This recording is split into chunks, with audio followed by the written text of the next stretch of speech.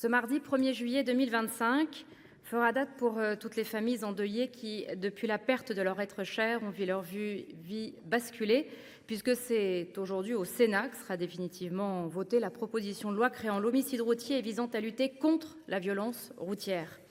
Et je veux remercier les rapporteurs de ce texte, le député Éric Pauget et le sénateur Francis Szpiner, pour leur travail. Rien ne soulagera l'irréparable, rien n'effacera la peine. Nous ne remonterons pas le temps, mais il est temps de nommer les choses. À ce jour, notre droit parle d'homicide involontaire, comme si le fait de prendre le volant ivre, drogué, sans permis, relevait de l'imprudence et non d'une faute grave, d'un acte criminel. Ce n'est pas acceptable, ce n'est plus entendable. Dans mon département des Alpes-Maritimes, comme partout en France, les violences routières font chaque année des ravages insoutenables.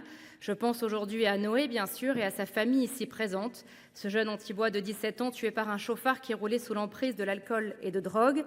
Sa mort n'est pas une fatalité, c'est une injustice. Et c'est à nous, législateurs, de dire que la vie de Noé compte, que la vie de chaque victime compte. À Ambre et Clémence, ces deux infirmières de l'hôpital de Mougins mortellement percutées jeudi dernier par un chauffard, là aussi ivre et sous stupéfiants. Au pompier niçois Jérémy Boulon, tué par un conducteur qui venait de consommer du protoxyde d'azote. Reconnaître l'homicide routier est une première étape très symbolique. Reconnaître, c'est réparer, c'est rendre leur dignité aux victimes, mais nous devons collectivement poursuivre ce travail.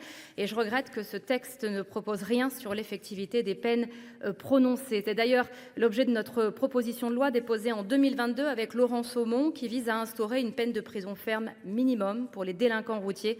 Nous attendons donc une plus grande fermeté dans l'application des peines. Finalement, c'est là tout l'enjeu. Et puis, il y a deux sujets majeurs. Premièrement, le renforcement de la prise en charge des victimes et la considération pour les proches de ceux qui ne sont plus là. C'est primordial. Mon amendement visant à informer obligatoirement les parties civiles de la date d'audience, adopté en première lecture ici au Sénat, a été conservé dans ce texte. C'était une demande récurrente et légitime des familles endeuillées. Nous leur devions cette avancée. Deuxièmement, le protoxyde d'azote. Il nous faut lutter plus et mieux contre son usage détourné. Oui, les difficultés liées à sa détection persistent. Donnons les moyens à nos chercheurs de développer des techniques probantes. Sanctionnons son usage détourné, qu'il y ait eu ou non un accident de la route. Ce gaz hilarant est un véritable fléau. Ce texte est une pierre supplémentaire à l'édifice juridique que nous devons toutefois encore parfaire. Les sénateurs, les républicains, vous l'aurez compris, répondront cette fois encore présents.